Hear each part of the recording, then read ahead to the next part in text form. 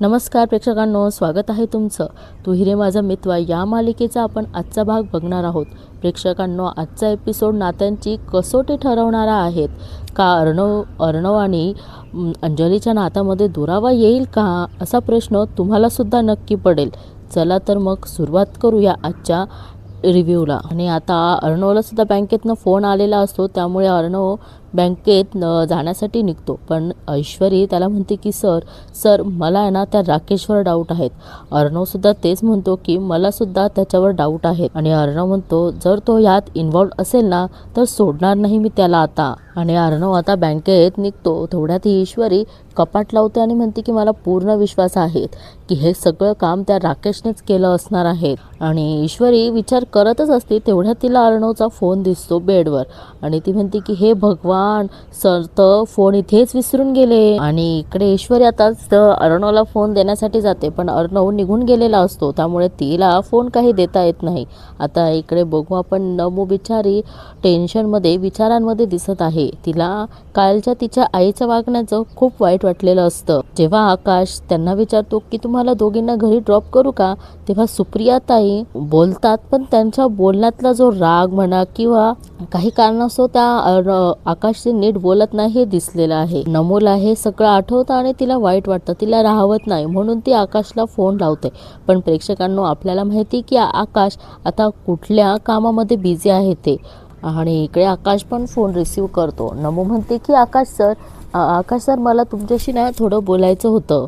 आकाश म्हणतो की नम्रता मी जरा बाहेर आहे, नंतर करू का. नमू म्हणते की सर मी फार वेळ नाही घेणार, अगदी 2 मिनिटं बोलायचं आहे. इकडे आकाश म्हणतो की ऐक ना, मी जरा घाईत आहे, नंतर करतो.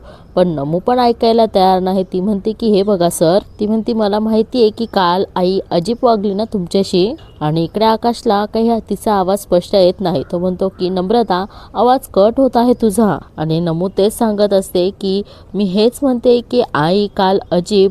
तेवढ्यात आकाश म्हणतो की ऐक ना नम्रता, आता प्लीज खूप गडबडीत आहेत मी, घाई आहे, प्लीज मी नंतर करतो, या बाय. आणि प्रेक्षकांनो, आता इथं थोडासा असा गैरसमज झाल्यासारखा वाटला मला, कारण आपल्याला माहिती की आकाश आता कुठल्या कामामध्ये बिझी आहे. ते जे बँकेतनं कोण व्यक्ती कॅश काढताय याच्यामध्ये तो बिझी आहे. पण इकडे मात्र नमूला असं वाटायला नको की कालच्या प्रसंगामुळे हा टाळाटाळ करतो आहेत की काय आकाश, असं तिला वाटायला नको, असं तरी मला वाटतं.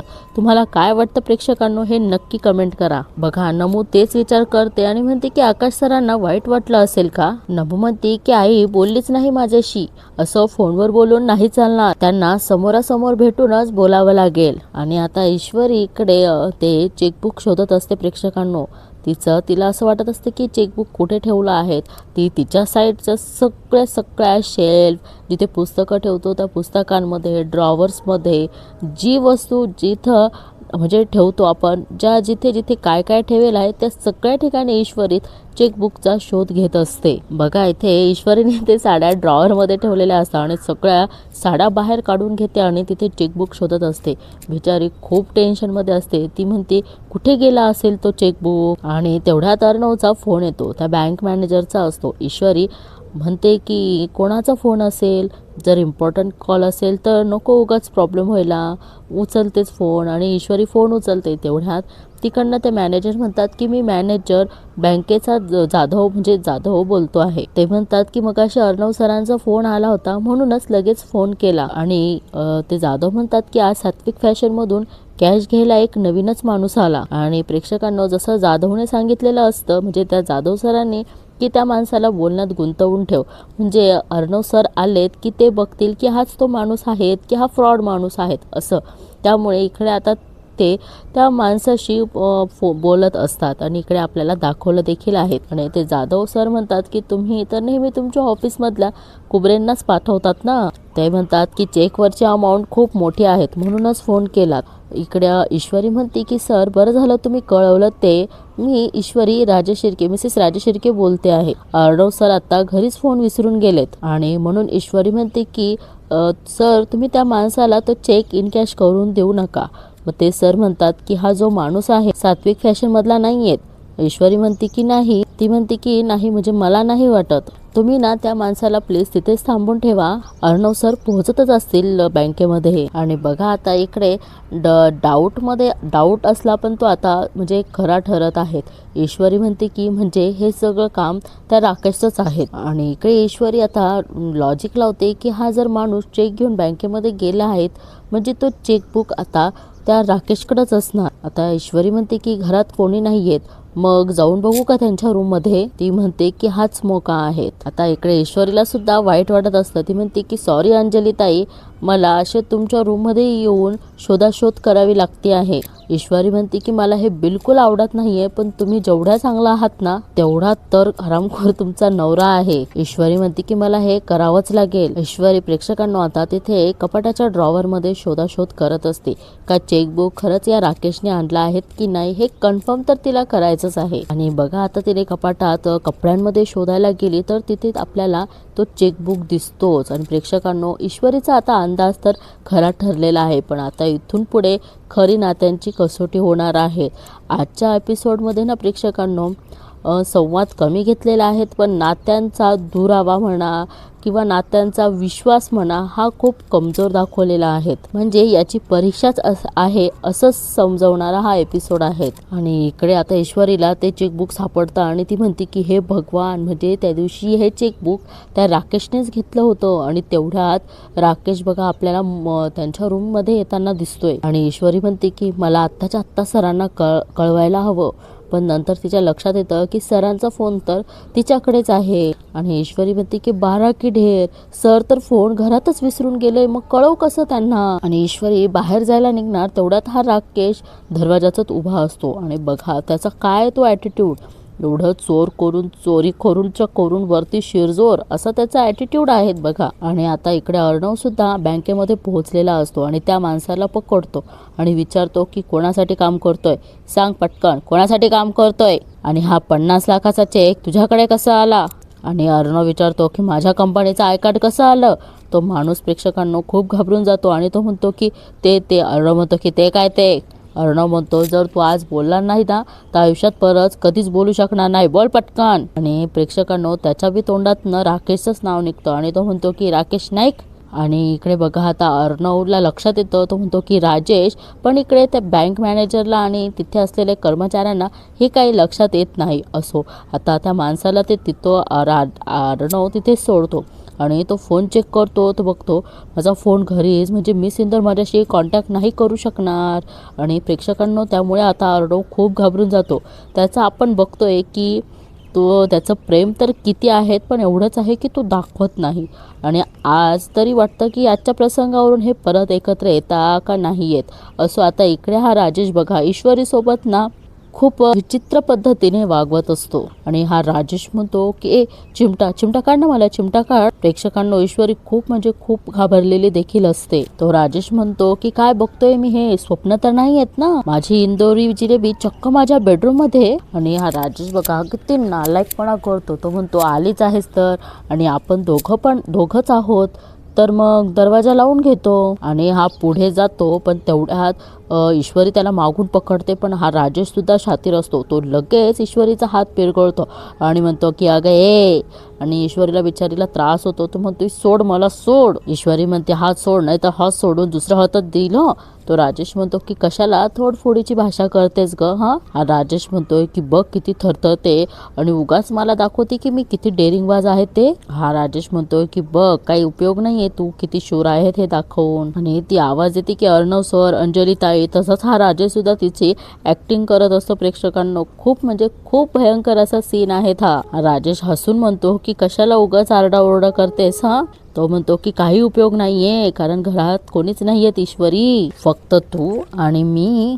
राजेश म्हणतो की आज चूक केली इथे येऊन, आज माझ्या ध्यानीमनी नसताना जॅकपॉट लागला आहेत मला. हा राजेश म्हणतो की आपलं मिलन नंतर एका शहाण्या मुलीसारखं मला ते चेकबुक द्यायचं हं. इकडे ईश्वरी आता बघा त्याच्या हातातनं हात सोडते. इकडे हा राजेश म्हणतो की चेकबुक मला दे. ईश्वरी म्हणते की नाही देणार. आता ईश्वरी कसं बसत त्याला ढकलून देतेच आणि बाहेर पडतेच. तेवढ्यात हा राजेश मध्ये पाय घालून ईश्वरीला परत खाली पाडतो. ईश्वरी त्याचं बघा कसं तरी त्याच्याकडनं सुटका करून घेण्याचा प्रयत्न करत असते, कारण याने पाय पकडलेला असतो. त्यामुळे ईश्वरीला नीट पळताही येत नाही आणि काहीच करताही येत नाही. आणि ईश्वरी बघा आता खूप चालाकपणे त्याला पायानेच धक्का देऊन तिकडे ढकलवते आणि उठून ती रूमकडे निघून जाते. आणि बघा आता इकडे अर्णवला पण कळतं की हे सगळं राजेशने केलं असेल आणि ही ईश्वरी घरी एकटीच आहे.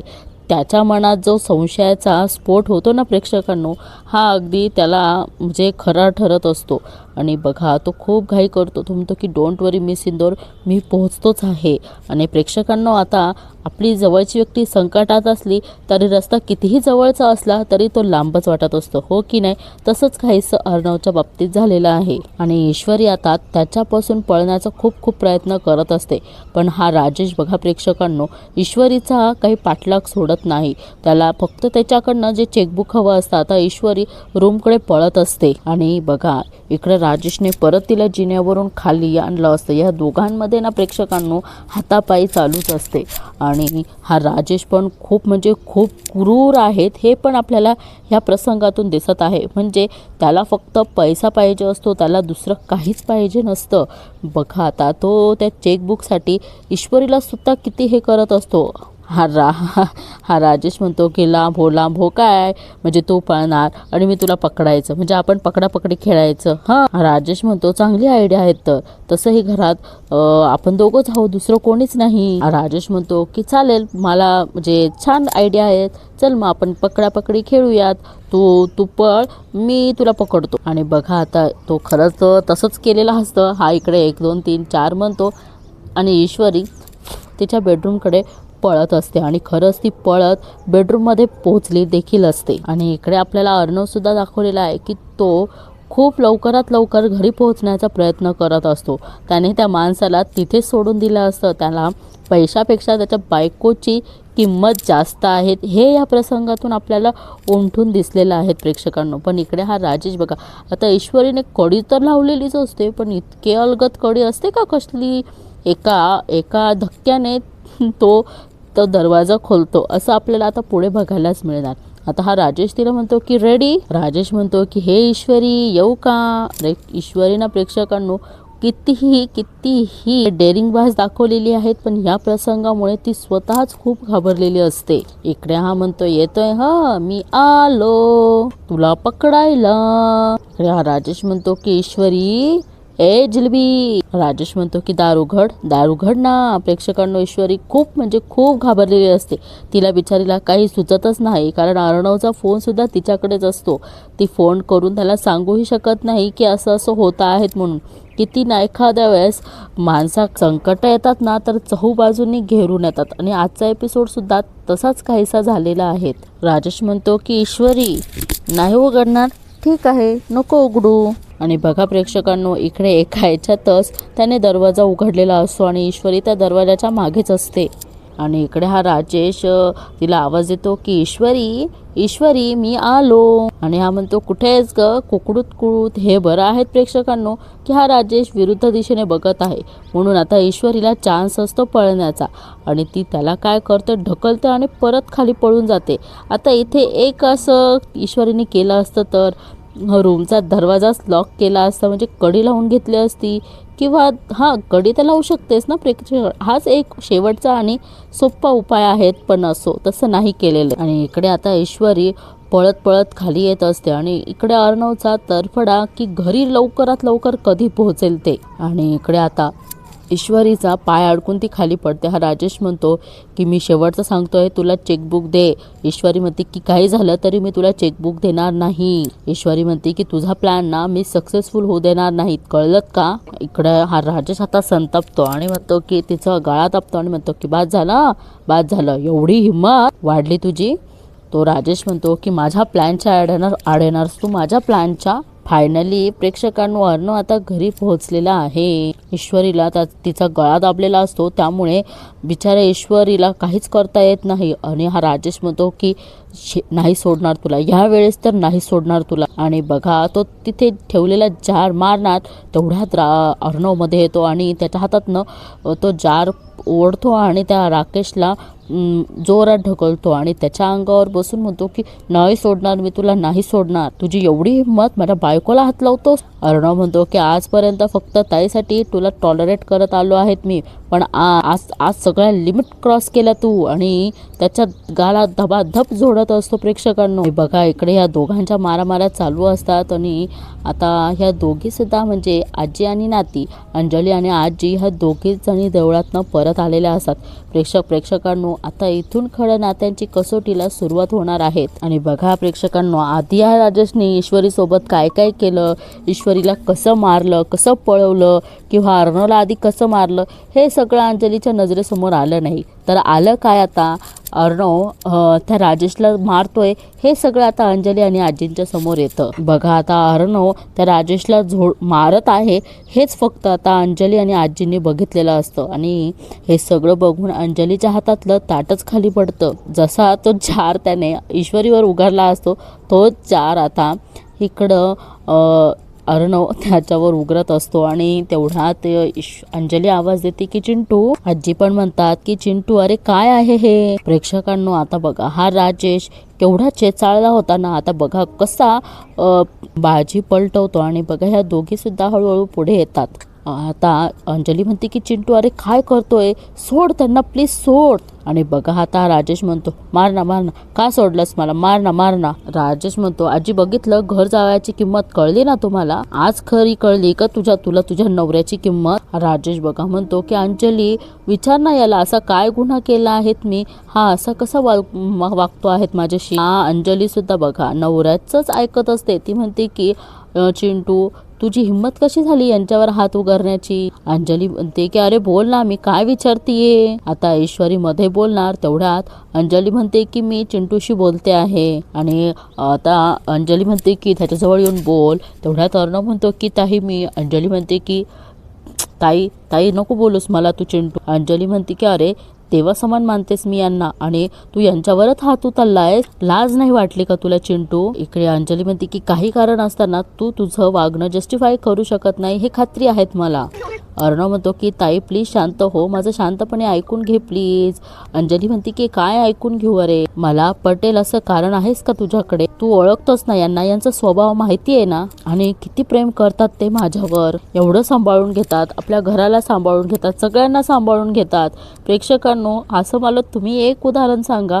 हे फक्त अंजली समोर तो गोड गोड बोलतो, किती दिवस तर अंजलीपासून लांबही राहतो, तरीही अंजली त्याचीच बाजू घेणार. खरं असतं जोपर्यंत माणसाकडे पुरावे नसतात ना, तोपर्यंत माणूस त्याचा खरेपणा कधीच सिद्ध करू शकत नाही. खोटं. अंजली म्हणते की एखाद्या आदर्श जावयाचं उदाहरण एकदम जिवंत उदाहरण आहे आणि तू यांच्यावर हात उचललास. आता अंजलीच्या ठिकाणी बरोबर आहेत प्रेक्षकांनो, पण अर्णव आणि ईश्वरी सुद्धा त्यांच्या ठिकाणी अगदी बरोबर आहेत. सगळा काही गैरसमज आहे तो फक्त राजेशच आहे. हा राजेश म्हणतो की मी स्वप्नातही विचार करू शकणार नाही, एवढा मोठा आरोप केला आहे त्याने माझ्यावर. हा राजेश म्हणतोय की मी पैशांची अफरातफर करतोय असा आरोप केला आहे त्याने माझ्यावर. बघा जे खरं आहे ते त्याच्याच तोंडातून निघालंय, पण तरीही लोकांना ते खोटंच वाटणार. राजेश म्हणतो आता किती कांगावा करतो आणि म्हणतो की बोल ना अर्णव, मी कशी पैशांची अफरातफर केली आहे हे सांग सगळ्यांना. हा राजेश म्हणतो की नाही अजून काही असेल ना तुझ्या मनात तर तेही आजच सांगून टाक. सगळे धक्के पचवण्याचा प्रयत्न करतो मी, सांग बाबा एकदा तुझ्या मनातलं. मी कसा फ्रॉड माणूस आहे हे सगळं त्याच्या तोंडानेच तो कबूल करतोय, पण बघा तरी कोणाच्या लक्षात येणार नाही की मी बायकांशी लफडी करतो, त्यांचे खून कसे पचवलेत मी, सांग सगळं सांगून टाक. बघा इथं अर्णव आणि ईश्वरी दोघेही निरुत्तर असतात. हा राजेश म्हणतो की आजी सात्विक फॅशनच्या अकाउंटमधनं मी पैसे काढलेत असा आरोप केलाय हो त्याने माझ्यावर, चोर ठरवलाय त्याने मला चोर. आणि हे बघा आता एवढा ऐकून अंजलीला चक्कर येते आणि ईश्वरी पाणी आणते तर अंजली नकार देते पाणी प्यायला, पण हा राजेश बघा ईश्वरीला हात लावण्याचा एक चान्सही सोडत नाही. आणि हा की अंजली माझ्या हातनं तरी पाणी पी ग, हे नको स्वतःला त्रास करून नको घेऊ ग. आणि हा राजेश यांना बघून म्हणतो की शेवटी काय ग, आपणच आहोत एकमेकांसाठी. आणि ईश्वरी म्हणते की सर ताई तुम्ही आज जे पाहिलं ना हे तुमचं साहजिकच आहे, पण आज मला तुमच्या. हा राजेश लगेच म्हणतो की आमच्या रूम मध्ये काय. हा राजेश म्हणतो की काय काय बोला ना ईश्वरीजी, आमच्या रूम मध्ये काय. आणि ईश्वरी अर्णवकडे बघते आणि अर्णव तिला काहीच नाही सांगायचं असं तिला खुणवलेलं असतं. त्यामुळे आता ईश्वरी जे काही आहे ते सत्य काहीच सांगत नाही.